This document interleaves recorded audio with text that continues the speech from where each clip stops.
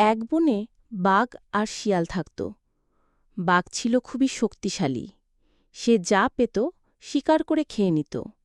বাঘের সবকিছু শিকার করে খাওয়ার কারণে শিয়ালের খাবারের কষ্ট হতো, যার কারণে শিয়াল বাঘের উপর খুব রাগান্বিত ছিল। কিন্তু বাঘকে সেটা বুঝতে দিত না। সব সময় বাঘের পাশে পাশে থাকত শিয়াল। মনে হতো শিয়াল যেন বাঘের সঙ্গী। শিয়াল খুব চালাক এবং সব সময় নানা কৌশলে বাঘকে ফাঁদে ফেলার চেষ্টা করত। তবে বাঘ ছিল খুব শক্তিশালী, কিন্তু বুদ্ধিতে একটু কম।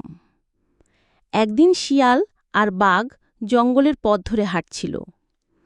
শিয়াল বাঘকে বলল, বাঘ ভাই, জানো সবাই কি বলে? সবাই? সবাই আবার কি বলে? আমাকে নিয়ে কথা বলবে? এমন সাহস কারো আছে?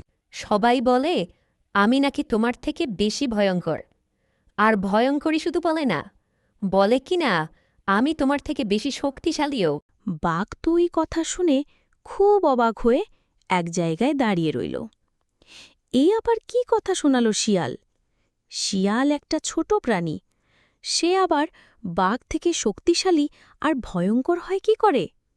বাঘ অবাক হয়ে জিজ্ঞেস করল, তুমি আমার থেকে বেশি শক্তিশালী? এত বড় কথা বলার সাহস তোমার হলো কি করে? আবার বলছো তুমি আমার থেকে বেশি ভয়ঙ্কর? দিন দিন তোমার সাহস অনেক বেড়ে গেছে। তা কিভাবে? তুমি আমার থেকে বেশি শক্তিশালী? কি বলছো? বুঝে বলছো তো, নাকি পাগল হয়ে গেছো? কথাটা শুনলে পাগলের মতোই শোনায়। পাগলের মতো মনে হলেও কথাটা সত্য। তাহলে আমি তোমাকে বুঝিয়ে বলি। আমার বুদ্ধি দিয়ে আমি যা পারি তা তোমায় এত মোটা মাথায় ধরবে না।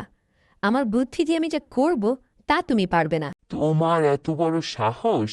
একটা পুচকে শিয়াল হয়ে তুমি আমাকে বোকা বলছো? চলো দেখা যাক কে বেশি ভয়ঙ্কর।